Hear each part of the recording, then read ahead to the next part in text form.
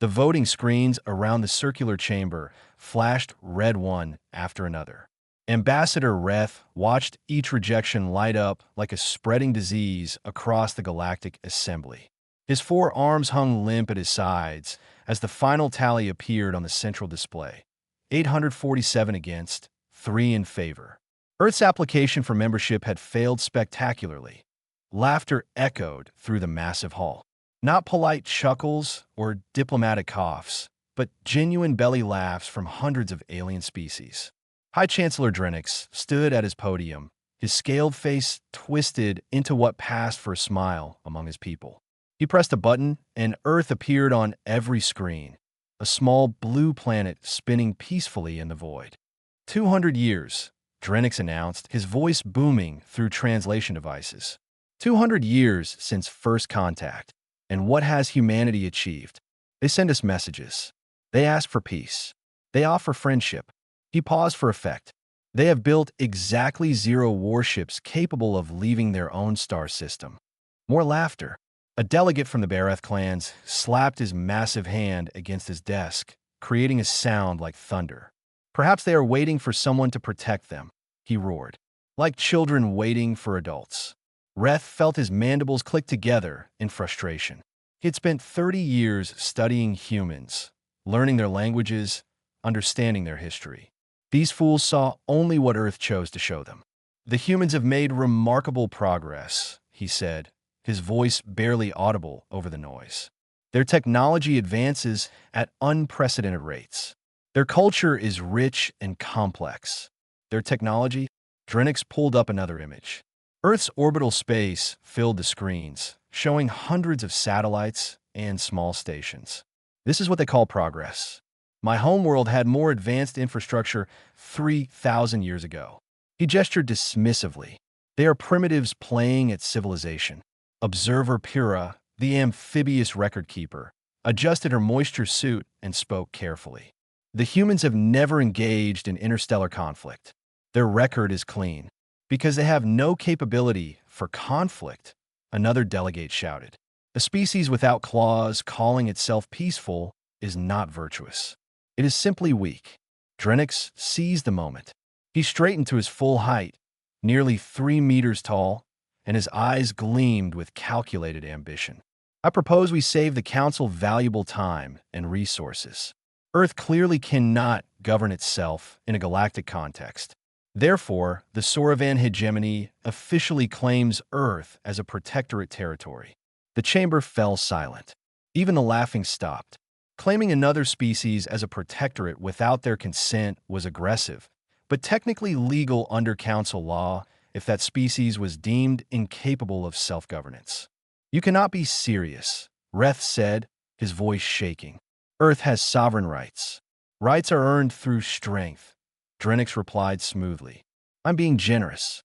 We will guide them, teach them, help them grow. In time, perhaps in another 1,000 years, they may be ready for true independence. He smiled again. I give humanity 30 standard days to accept Soravan governance peacefully. After that, we will be forced to implement economic sanctions until they see reason. Several delegates nodded approval. The aggressive species saw opportunity. The peaceful ones remained silent, knowing protest was useless. Observer Pira's recording devices captured everything with mechanical precision. Reth tried one more time. The humans will not accept this. You underestimate them. Underestimate. Drenix laughed, and others joined him. Ambassador, I have 40-star systems under my control. My fleet number's in the thousands. Earth has trading vessels and civilian shuttles. What exactly should I fear from them? The vote was called. The Protector claim passed 723 to 124. It was done. Earth had 30 days to surrender its sovereignty or face consequences. The Assembly adjourned with most delegates already discussing how to divide potential trade rights to human goods and resources. Reth remained in his seat long after the chamber emptied. His people, the Kvaleen, had once been dismissed as weak too. That was before they proved themselves through careful diplomacy and strategic alliances. But humans had done neither. They had simply watched and waited and built their small satellites, his communication device vibrated. A message from Earth, routed through secure channels. Reth opened it expecting pleas for help or desperate requests for advice on how to handle the situation. Instead, there were only two words in perfect Kvaline script: chains broken. Reth's compound eyes widened. His breathing tubes constricted.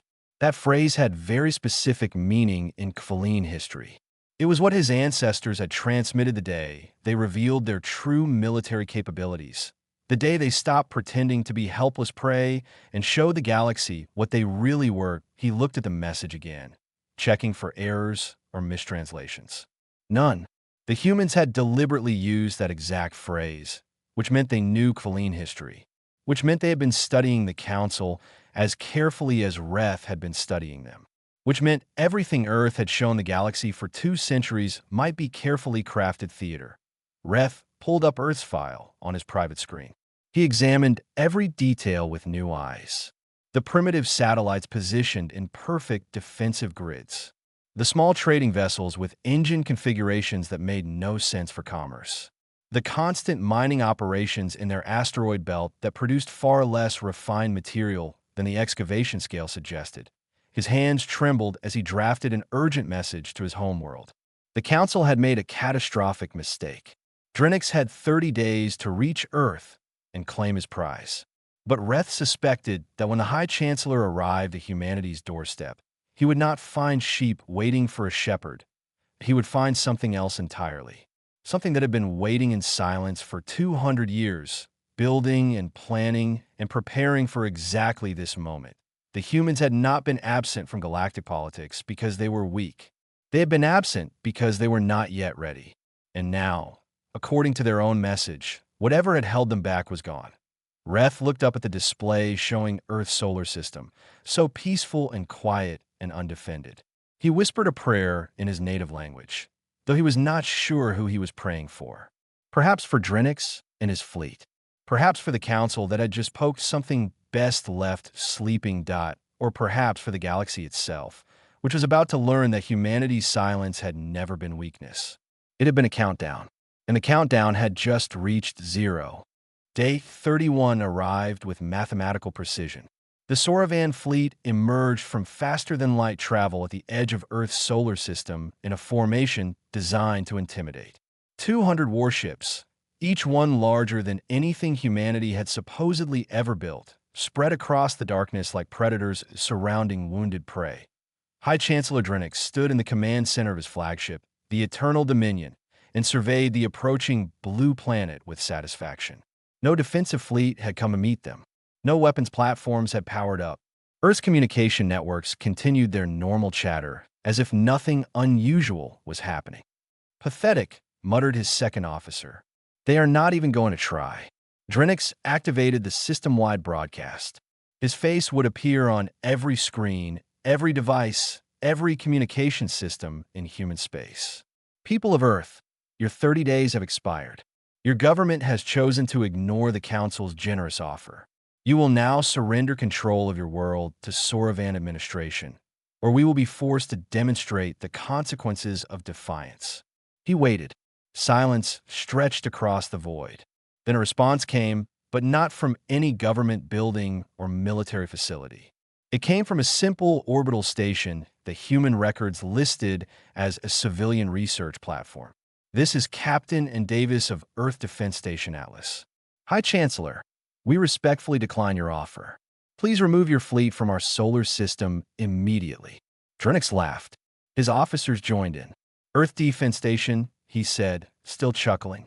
My sensors show you are in a research facility with minimal armament. You have no authority to speak for your planet. I have all the authority I need, and replied, her voice calm and professional. And you have 5 minutes to begin your withdrawal before we take defensive action. Defensive action. Drenix could barely contain his amusement. He pulled up tactical displays showing the research station. It was tiny, insignificant, armed with nothing more than point defense lasers for deflecting debris. Captain Davis, I admire your courage, but not your judgment. Allow me to demonstrate why humanity needs guidance. He turned to his weapons officer. Target their orbital infrastructure. Disable, do not destroy. I want them functional enough to be useful once we take control. The Sauravan fleet opened fire. Precision energy beams lanced across space toward a dozen human stations and satellite clusters. Standard intimidation tactics. Enough damage to show overwhelming force, but not enough to cause serious harm. The beams hit their targets perfectly, and nothing happened. Report, Drenix snapped. Shields, Chancellor. They have military-grade defensive shields. The weapons officer's voice betrayed confusion. Our intelligence said these were civilian platforms. They are, Drenix growled. Increase power. Burn through whatever toys they have installed. The fleet fired again with higher intensity.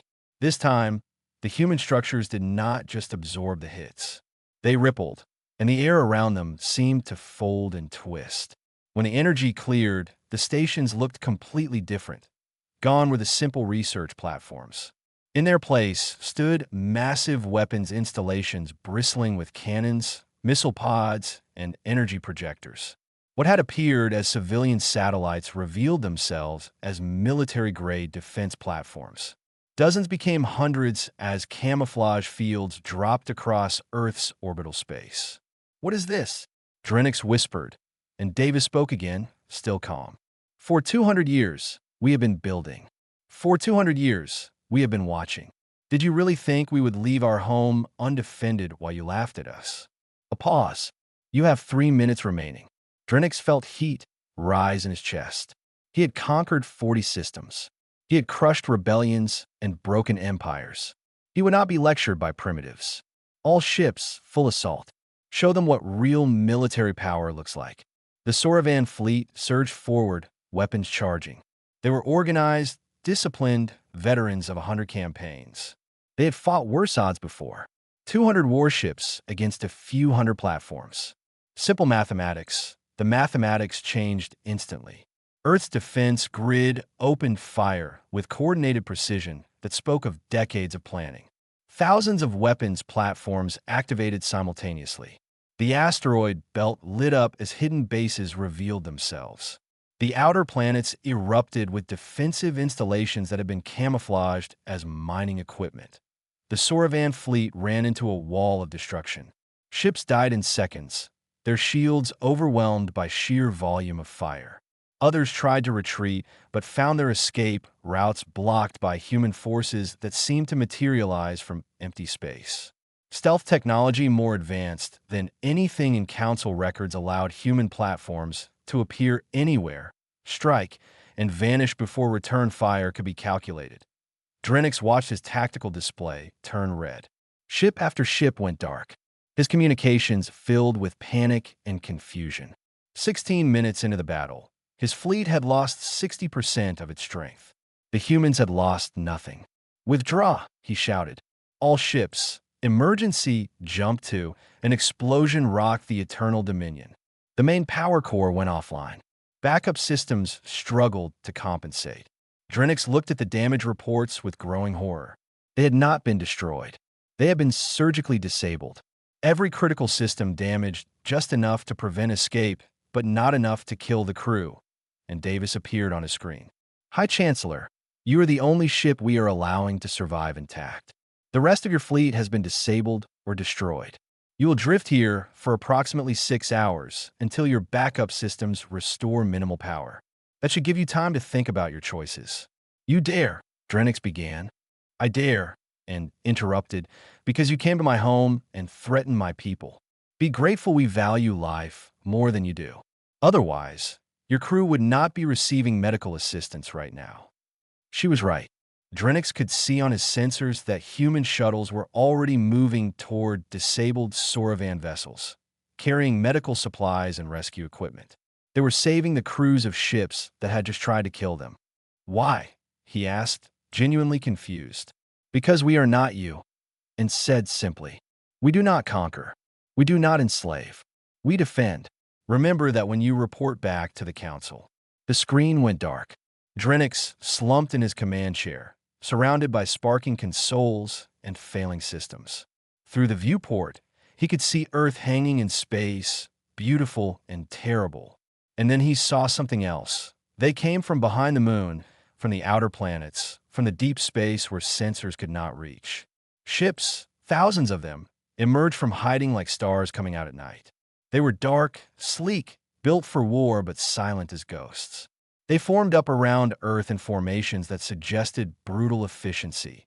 Drenix counted 10,000 ships before he stopped. Then 20,000. The numbers climbed until his damaged sensors could not process them all. An entire fleet that humanity had built in secret while the galaxy laughed at their weakness. The ships did not fire. They did not approach. They simply waited, surrounding Earth like a protective wall, their weapons powered down but ready. A silent message that needed no translation. We are here. We have always been here. And we are done being dismissed. Drenix closed his eyes and wondered how he would explain this to the council. How could he tell them that humanity had played them all, that the primitives had been watching and learning and building while acting helpless? How could he admit that Earth's silence had never been submission? He could not. So he would show them instead. He would let them see the footage, see the fleet, see the truth. And he hoped they would be smarter than he had been, because the quiet ones were always the most dangerous when pushed too far. 48 hours after the solar system incident, the Galactic Assembly convened an emergency session. The circular chamber buzzed with conversations in hundreds of languages as footage of the battle played on repeat across every screen. Delegates watched Soravan warships being torn apart by weapons that should not exist. They watched the human fleet emerge from hiding like a nightmare made real. Ambassador Reth stood at the speaker platform, but this time he was not alone. 5 humans stood behind him, dressed in simple formal attire that contrasted sharply with the elaborate robes and armor worn by other species. At the center stood Secretary General Patricia Okonkwo, a woman whose dark eyes seemed to miss nothing as they swept across the assembled delegates. High Chancellor Drenix sat in his designated seat, his scaled face carefully neutral despite the humiliation burning in his chest. His damaged flagship floated in repaired docks above Harmony Point, a reminder of his failure that everyone could see. The council will come to order, Observer Pyrrha announced, her voice cutting through the noise. Earth's delegation has requested to speak. By treaty law, they have that right regardless of membership status. Patricia stepped forward to the central platform. She moved with quiet confidence, not the swagger of a conqueror, but the certainty of someone who knew exactly what they were doing. When she spoke, her words were translated into every language simultaneously. Members of the Galactic Council, I am Secretary General Patricia Okonkwo, representing the unified government of Earth. I stand before you not to apologize, but to explain. You attacked Council forces, shouted a delegate from the Tauric Confederacy. That is an act of war. We defended our home from an invasion. Patricia corrected calmly. High Chancellor Drenix gave us an ultimatum. Surrender our sovereignty or face consequences. We chose option 3. Defend ourselves. That is not war. That is survival. She gestured and the screens changed. Now they showed not battle footage, but diplomatic records. 200 years of messages from Earth requesting dialogue, asking for fair consideration, offering friendship. Message after message, all ignored or dismissed. For 2 centuries, we have tried to join your community through proper channels. We sent scientists, artists, and philosophers. We offered knowledge and culture.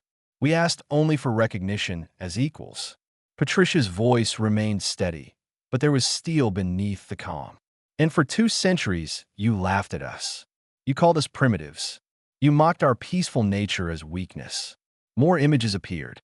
Surveillance footage from council sessions where human applications were discussed. Delegates making jokes about humanity's lack of military power. Species placing bets on how long it would take for humans to give up and submit to stronger neighbors. We were watching, Patricia said quietly. We heard every insult. We saw every dismissal. And we understood the truth. In this galaxy, peace is not respected. Strength is the only language you understand. A delegate from the peaceful Kelther species spoke up, her voice tentative. Then why did you wait so long? If you had this fleet, why not reveal it years ago? Because we hoped we were wrong, Patricia answered. We hoped that given time, the Council would see our genuine desire for peace. We hoped civilization meant something more than who had the biggest weapons. She paused. We were mistaken. The screens changed again, showing humanity's hidden construction over 2 centuries. Asteroid mining operations that extracted more material than Earth needed. Shipyards built in the Kuiper Belt, where no Council sensors could reach. Research stations that were actually weapons laboratories. Every piece carefully disguised, every action explained away as civilian development. We did not build this fleet for conquest, Patricia continued. We built it because we studied your history. We saw what happens to peaceful species without military strength. They become protectorates, vassals, or worse. We refuse to let that be humanity's fate. Drenix finally stood, his voice cutting across the chamber. You deceived us. You pretended to be weak while building weapons. That is dishonorable. Patricia turned to face him directly. You came to my world with warships and demanded surrender. You fired on civilian stations, and you call us dishonorable. She shook her head. We chose silence over provocation. We chose preparation over aggression. The only deception was letting you believe what you wanted to believe. What do you want? Observer Pira asked, her recording devices focused intently on Patricia. Earth has shown military capability that rivals any council power. You could demand membership now. You could threaten retaliation for past insults. What is your purpose here? Recognition, Patricia said simply. We want exactly what we have always wanted, to be treated as equals, to have our sovereignty respected, to be left in peace unless we choose otherwise. And the fleet? Another delegate asked nervously. What are your intentions with such military force? Defense of our borders and our allies, Patricia replied. She pulled up a new display showing diplomatic agreements. 40 minor species, many of them denied council membership or exploited by larger powers, had signed mutual defense pacts with Earth in the past 2 days. We offer protection to those who ask for it. We ask nothing in return except friendship and fair trade. The chamber erupted in arguments. Imperial powers like the Nexarii and Soravan saw their influence threatened. Warrior races respected the display of strength but feared human expansion. Smaller species saw hope for the first time in generations. Through the chaos, the Grand Admiral of the Nexarii Empire rose to his feet. He was massive, covered in ceremonial armor, a veteran of countless battles. His voice boomed across the chamber with challenge. I propose a test. Let us see if this human fleet can fight as well as it can hide. I challenge Earth to trial by combat in neutral space. If humanity wins, we grant them full council membership and recognize all their defense agreements. If they lose, they dismantle their military and accept guidance from established powers. The chamber fell silent. It was a dangerous gamble, but legal under council law. A trial by combat would settle the matter definitively. Delegates looked to Patricia, expecting her to refuse or negotiate. Instead, she smiled. It was not a happy expression, but rather the look of someone who had been preparing for exactly this moment for a very long time. Admiral, the Nexarii have a reputation as the finest warriors in the galaxy. Your tactics are studied at every military academy. Your honor in battle is legendary. She paused, letting the compliment settle. We accept your challenge. Choose your battlefield carefully, Admiral. Humanity is very good at adapting to terrain. The Admiral's eyes narrowed. There was something in her tone, a confidence that went beyond bravado. The Theros Nebula. Neutral territory. Standard fleet engagement rules. 1 week from today. Agreed, Patricia said immediately. Though I should warn you, we have been studying your tactics for 200 years. We know how the Nexarii fight. We know your formations, your strategies, your cultural approach to warfare. She tilted her head slightly. Do you know anything about how humans fight? The Admiral had no answer. In all his years of battle, he had never faced an enemy that spent 2 centuries watching and learning before ever drawing a weapon. He had never fought prey that spent generations becoming predators in secret. 1 week, he repeated, but his voice lacked its earlier certain As the session adjourned, Reth approached Patricia quietly. You are taking a tremendous risk. The Nexarii have never lost a major fleet engagement. Neither have we, Patricia replied. And we have one advantage they do not. What advantage is that? We chose when to reveal ourselves. We chose the timing. We have been ready for this fight since before you first contacted us. She looked at the retreating Nexarii admiral. He thinks this is a test of strength. But war is not about strength.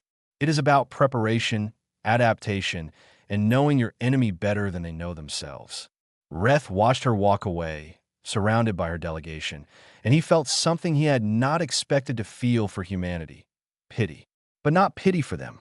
Pity for everyone else who thought the trial by combat would be a fair fight. The Theros nebula hung in space like a wound in reality, vast clouds of gas and dust glowing with radiation from dying stars. It stretched across hundreds of cubic light years, dense enough to scramble most sensors and interfere with weapon systems. Neutral territory by council decree, it had witnessed a dozen historic battles over the centuries. Admiral Weston stood in the command center of the carrier Resolute, watching the nebula swirl on his screens. Around him, 2,000 human ships moved into position with practiced efficiency. They had trained for this exact scenario hundreds of times in simulations. Now it was real. Nexarii fleet detected, his sensor officer reported. 5,000 ships in standard assault formation. They are approaching the nebula's edge. Let them come, Weston said quietly. He had spent 40 years in Earth's military, starting as a submarine commander in the Pacific before being selected for the Space Fleet program. He understood three-dimensional combat in ways that most space admirals did not. The nebula was not an obstacle to him. It was an opportunity to AT the nebula's edge. Grand Admiral Oren surveyed the human fleet with satisfaction. His forces outnumbered them more than 2 to 1. His ships were battle-tested against the finest warriors in the galaxy. The Nexarii had refined warfare into an art form over 10,000 years of history. The humans are maintaining defensive formation, his tactical officer observed. They are not advancing. Caution born of inexperience, Oren decided. They have never fought a real battle before. All ships, attack formation Delta 7. We advance in strength and overwhelm them with superior numbers. The Nexarii fleet moved forward like a hammer. Thousands of ships in tight formation designed to concentrate firepower and overwhelm enemy defenses through sheer mass. It was a tactic that had won countless victories. Opposing fleets typically either fled or tried to match the formation, leading to brutal frontal engagements that favored whoever had more ships. The human fleet did neither. As the Nexarii advanced, human ships scattered in every direction. Some dove toward the nebula's densest regions. Others spread wide along the flanks. The formation dissolved into apparent chaos. They are fleeing, Oren's second officer announced. Shall we pursue? Of course, Oren replied. This was going exactly as expected. The humans had realized they were outmatched and now tried to escape. All ships pursue and destroy. Show no mercy to cowards. The Nexarii fleet broke apart as different squadrons chased different human groups. They plunged into the nebula after their prey, confident in their superior numbers. The dense gas clouds closed around them like a trap. Inside the nebula, everything changed. Sensors became unreliable. Communication between ships grew difficult.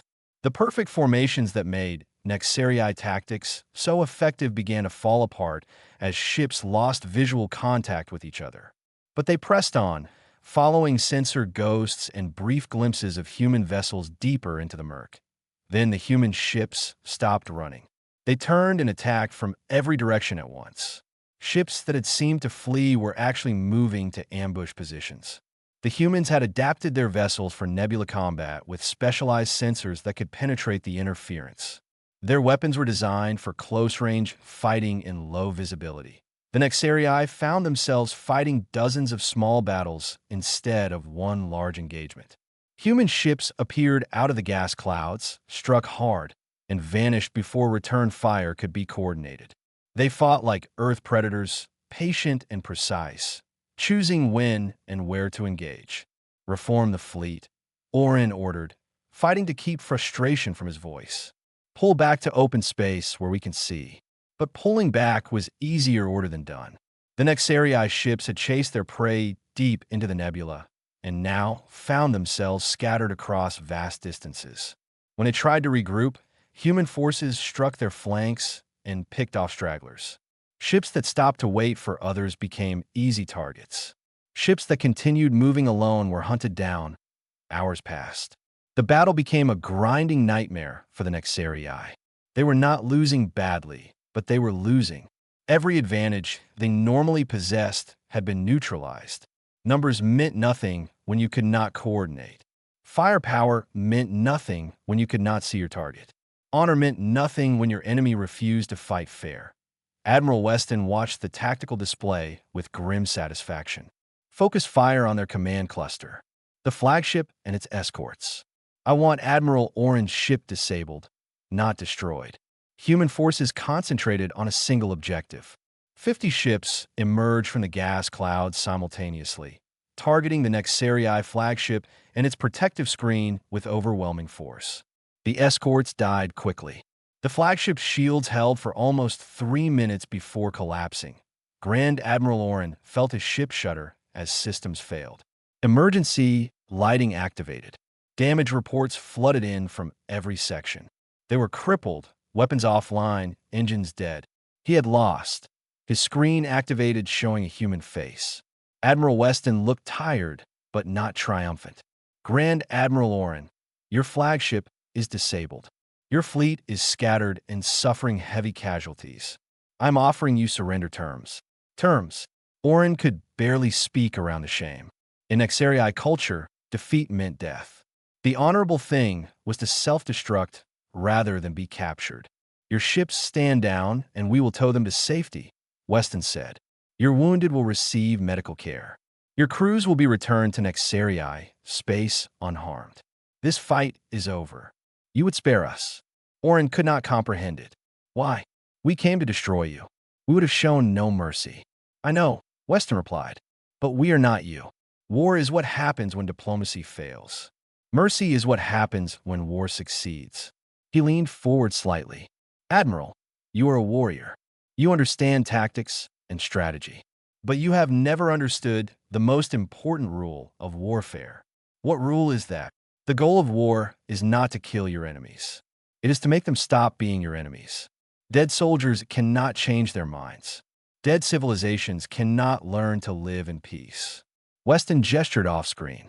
Right now, Council observers are watching this battle. They're seeing us defeat you. But more importantly, they're seeing us spare you. Which do you think will make them fear us more? Oren had no answer. In his long military career, he had never considered that mercy could be a weapon more powerful than any gun. Signal your fleet to surrender, Weston said. Let us end this fight so we can begin something better. Across the nebula, Nexarii ships powered down their weapons. Human vessels moved in immediately to begin rescue operations. Medical teams transferred to damaged ships to treat wounded.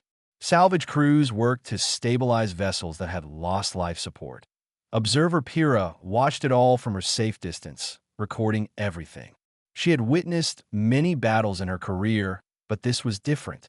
The humans had won through superior tactics and adaptation. But they had truly defeated the Nexarii by showing them something they had never seen before. An enemy that cared whether they lived or died, that on stations and planets across the galaxy. Species watched the battle footage with growing unease. Some saw opportunity, a strong ally that might protect them.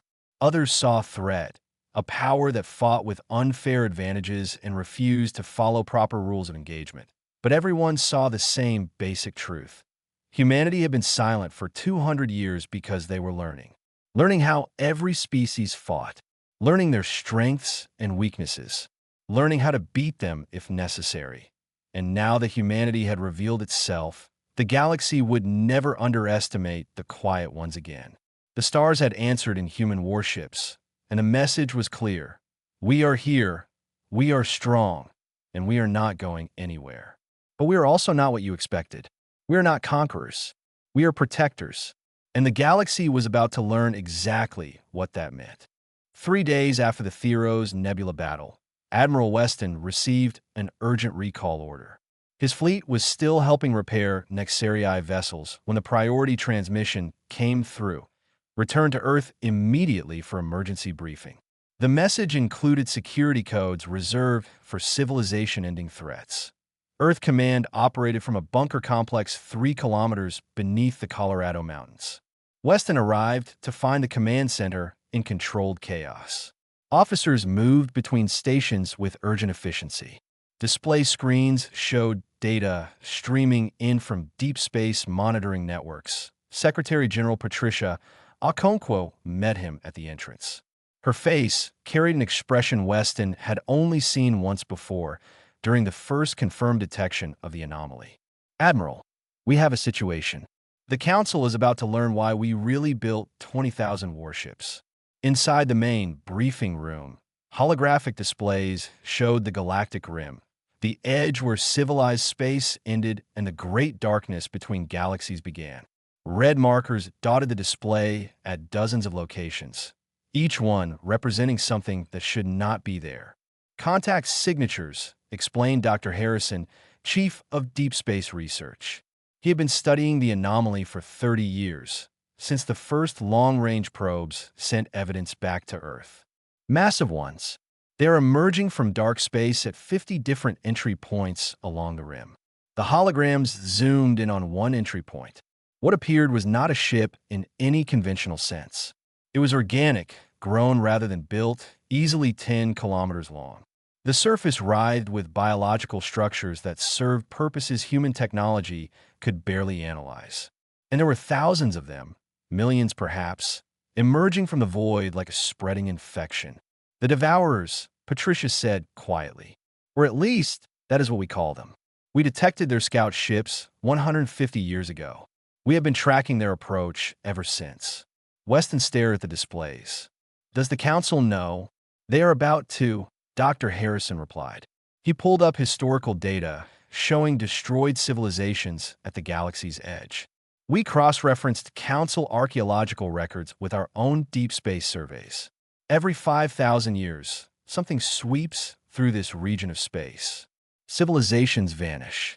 Sometimes there are survivors who speak of beings that consume entire worlds. Then nothing for millennia until the cycle repeats. The Council never connected the pattern, Patricia added. They assumed it was natural disasters, random wars, or simple collapse. They never looked beyond their own borders to see the real threat. She turned to Weston. We did, and we realized something else. The Devourers wait for civilizations to reach a certain point before attacking. They wait for infighting, for wars that weaken everyone. Then they strike. They are farming us, Weston said, understanding dawning. Letting galactic civilizations grow and fight until we are ripe for harvest. Exactly. The Council's constant conflicts, the emphasis on military strength, the way they dismiss peaceful species. Patricia pulled up communication intercepts showing Council sessions. We found evidence of subtle manipulation. Messages that vanish from communication networks. Diplomatic incidents that seem designed to cause friction. Small things, but enough to keep everyone at each other's throats. So we stayed silent, Weston realized. Not because we were afraid of the Council, but because we did not want to add to the chaos. We stayed silent because we were preparing, Patricia corrected. We knew they were coming. We knew the Council would not listen to warnings from primitives. So we built a fleet designed specifically to fight the Devourers. Different weapons, different tactics, everything optimized for an enemy the Council does not even know exists. The displays changed, showing projections of Devourer capabilities based on centuries of observation. Biological armor that adapted to energy weapons. Swarm tactics that overwhelmed through sheer numbers. Neural networks that coordinated millions of entities across light years. How long do we have? Weston asked. They hit the outer colonies 4 hours ago, Dr. Harrison answered grimly. 3 Council border systems have gone dark. No communications, no survivors, just silence. The Devourers are coming, and they are moving fast. The command center fell silent. Everyone present understood what this meant. The Council was about to face an enemy they could not comprehend, let alone defeat. An enemy that had been manipulating them for generations, keeping them weak and divided for exactly this purpose. "We need to warn them," Weston said. "Already done," Patricia replied. "I sent full disclosure to every council member 3 hours ago. Complete historical data, our research, everything we know about the Devourers. Most are dismissing it as human manipulation, an attempt to gain sympathy after our military displays. But some will believe. Some already do. Ambassador Reth is presenting our evidence to the Assembly right now. Observer Pira has confirmed our data matches unexplained anomalies in Council records. The peaceful species understand the danger." Patricia's expression hardened. "The warlike ones think we are lying. High Chancellor Drenix is calling it an elaborate deception to justify our fleet." An alarm blared across the command center. New data flooded the displays, showing massive energy signatures erupting across Council space. Dozens of systems reporting attacks simultaneously. Communications networks overloading with distress calls. "They are here," Dr. Harrison whispered. The holographic displays showed the Devourer advance in real time. Millions of bioships pouring through breach points in coordinated waves. Council defense forces engaging and being overwhelmed within minutes. The creatures moved with purpose and intelligence, targeting military installations first, then population centers. Patricia activated a general communication channel. Her voice would reach every human ship, every defense installation, every person on Earth. "This is Secretary General Okonkwo. The galaxy is under attack by an extragalactic threat we have been tracking for generations. Human forces are to deploy immediately in support of all Council species. This is not a request. This is survival. We defend everyone, or we all fall." She turned to Weston. "Admiral, take the fleet. We have been preparing for this war for 200 years. Now we show them why." Weston saluted and headed for the launch bay. Around him, Earth's military machine activated with devastating efficiency. Ships that had been held in reserve surged toward threatened systems. Weapons platforms optimized for Devour biology came online. Technology that humanity had been developing in secret for generations finally revealed its true purpose. In the Council chambers on Harmony Point, Ambassador Reth stood before a panicking assembly. Screens showed the carnage spreading across the galaxy. Billions already dead. Hundreds of billions more in danger. The mighty empires that had mocked Earth's weakness were breaking like glass under the Devourer assault. High Chancellor Drenix watched his forces being destroyed on the frontier. Pride warred with survival instinct. He looked at the human delegation, at Patricia's calm face on the communication screen, and he asked the only question that mattered. "What do you propose?" Patricia pulled up tactical data and distributed it to every Council terminal. Battle plans developed over centuries. Strategies designed specifically for this enemy. Technology tailored to exploit Devourer weaknesses that no one else even knew existed. "We have been planning for this war since before we met you," she said. "We know how to fight them. We know how to win. But we cannot do it alone. For the first time in galactic history, you need to trust us. Work with us. Follow our lead." She paused. "Or watch your civilizations die while arguing about territory and pride." The assembly erupted in arguments and accusations. But under the noise, something else emerged. Fear. Real fear. And with it, the first stirrings of cooperation born from necessity. The quiet ones were about to become very loud.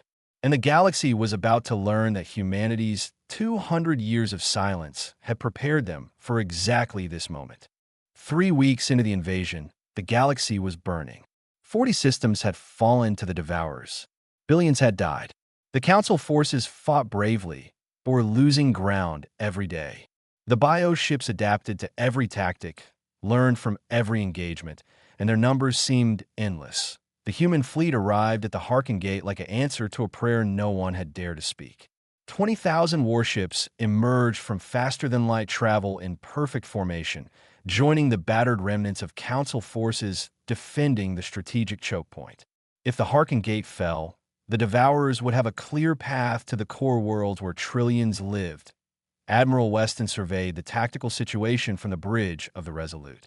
It was worse than the briefings had suggested. Council forces were exhausted, supplies running low, morale breaking. Ships from a dozen species fought alongside traditional enemies because there was no other choice. The Devourers did not care about politics or history. They just consumed. All human vessels, this is Admiral Weston. Begin technology transfer immediately. Full tactical data share with all Council forces. No restrictions, no dilas. He opened a channel to the Council fleet commanders.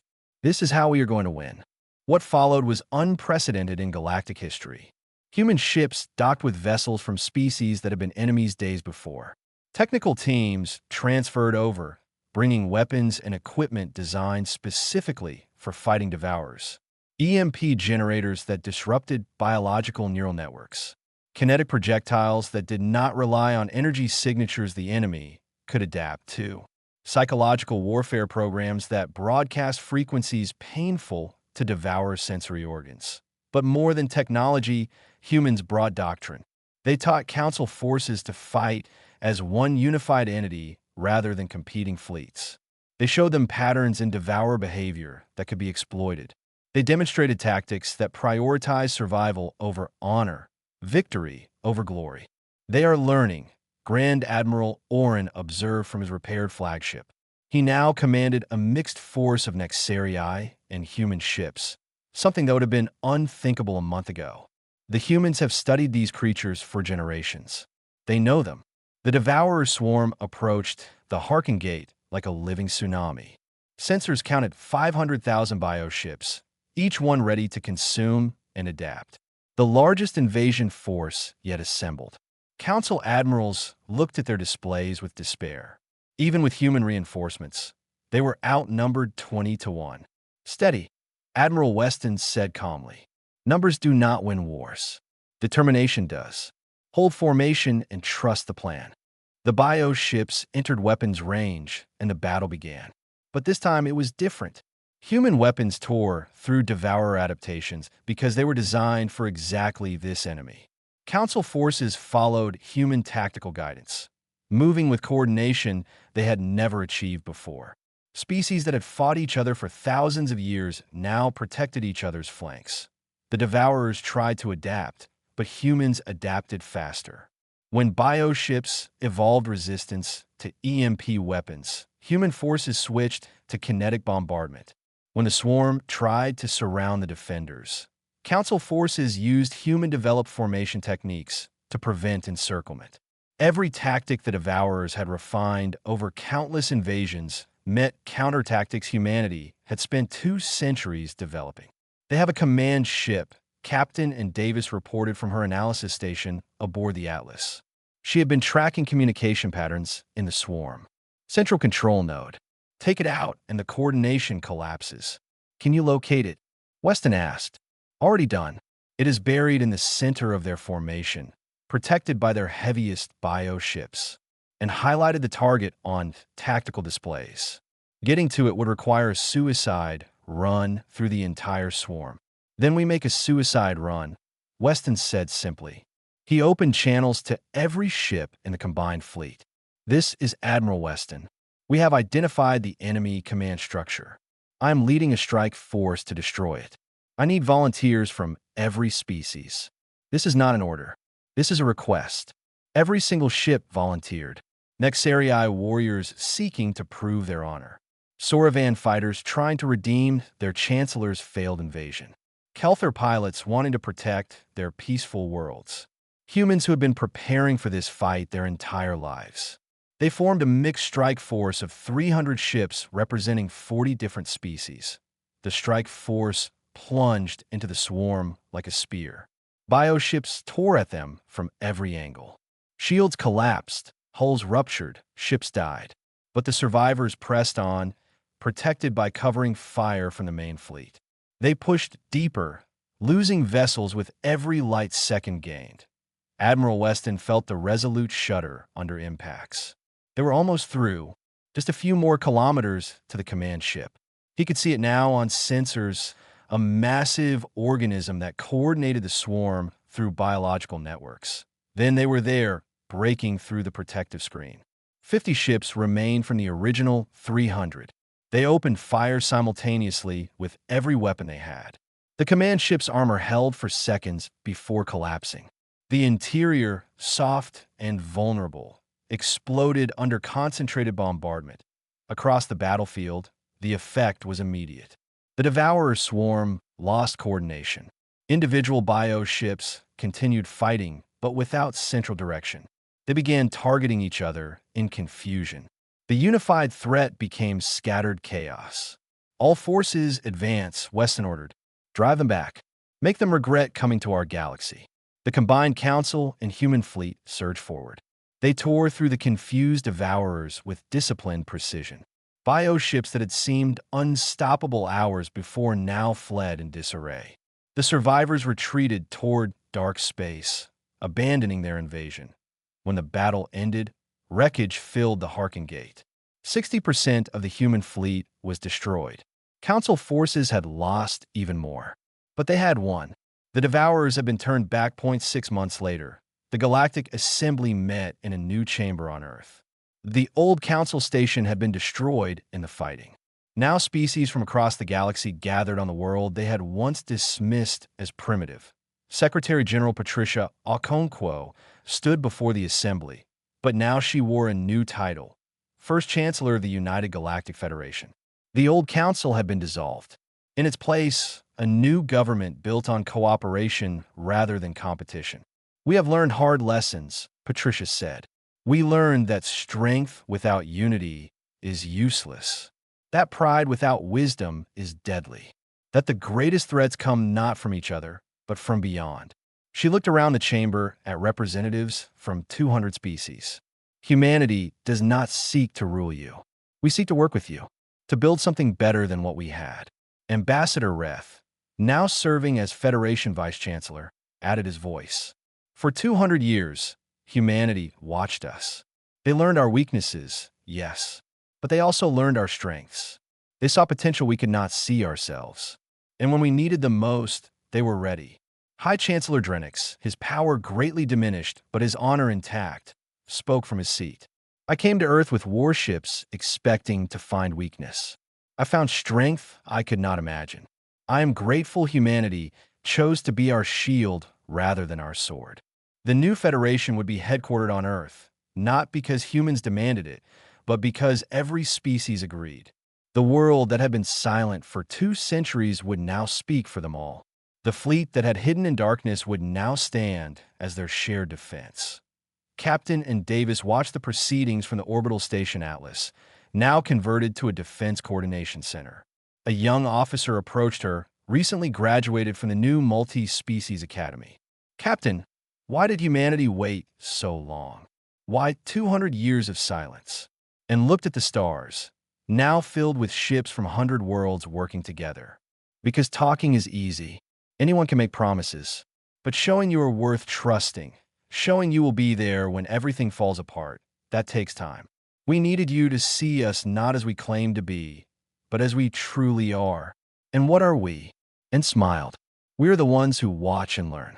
The ones who prepare for the worst while hoping for the best. The ones who fight when we must and show mercy when we can. She gestured at the fleet coordination displays, showing human ships training council forces in new tactics. We are protectors, not because we are the strongest, but because we understand that strength means nothing if you use it only for yourself. Earth's sun rose over the planet below, illuminating oceans and continents where embassies from 200 species now stood. The quiet world that had been dismissed and mocked had become the galaxy's hope. The stars had answered in human warships, and they had brought not conquest, but salvation. The Council had laughed at Earth's silence. But silence had never been weakness. It had been wisdom. And when humanity finally spoke, the galaxy listened. Not because they had to, but because they wanted to. Because in the end, the loudest voice in a room is rarely the most important one. Sometimes, the ones who matter most are the ones who know when to wait when to act, and most importantly, when mercy is more powerful than any weapon.